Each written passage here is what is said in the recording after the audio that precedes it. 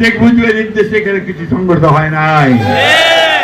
শেখ মুজিব সেদিন পাকিস্তান চলে গিয়েছিলেন বন্দী। আপনারা দেখবেন মুক্তিযুদ্ধের ইতিহাসের মধ্যে খুব কম জায়গায় এটার উল্লেখ আছে, অথচ এখান থেকে কিন্তু যুদ্ধের পরিকল্পনা শুরু হয়েছে।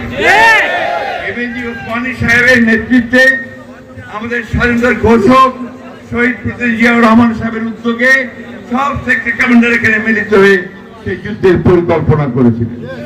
এখান থেকেই তারা সেক্টর ভাগ করে তারা হানাদার বাহিনীর পিছনে পাক হানাদার বাহিনীর বিরুদ্ধে সশস্ত্র যুদ্ধে লিপ্ত হয়েছে। কথাটা মনে রাখতে হবে আমাদের, যে শহীদ প্রেসিডেন্ট জিয়াউর রহমান যে যুদ্ধ শুরু করেছিলেন সেই যুদ্ধ ছিল পাক হানাদার বাহিনীর বিরুদ্ধে সশস্ত্র যুদ্ধ। এবং তার ওই এক কথা 26শে মার্চ রাত্রে তিনি যে ঘোষণা করেছিলেন যে I major Zia declare independence of Bangladesh and I revolt করে সমগ্র চাই A1 SWR Pipe and Fittings, A1 Engineers #1 choice।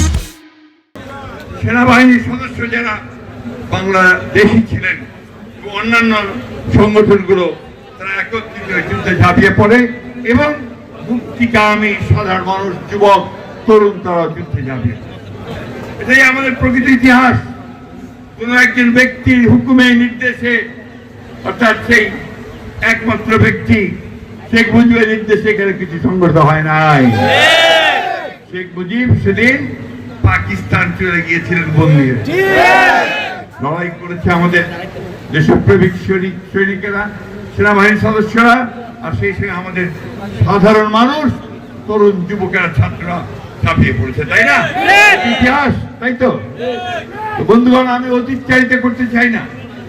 সেই দিন বাংলাদেশের মানুষ একটা কিংকর্তব্য বিমূঢ় হয়ে পড়েছিল 25শে মার্চ রাত্রে, যখন পাক সেনাদার বাহিনী ঝাঁপিয়ে পড়েছিল অসহায় নিরস্ত্র মানুষগুলোর উপর।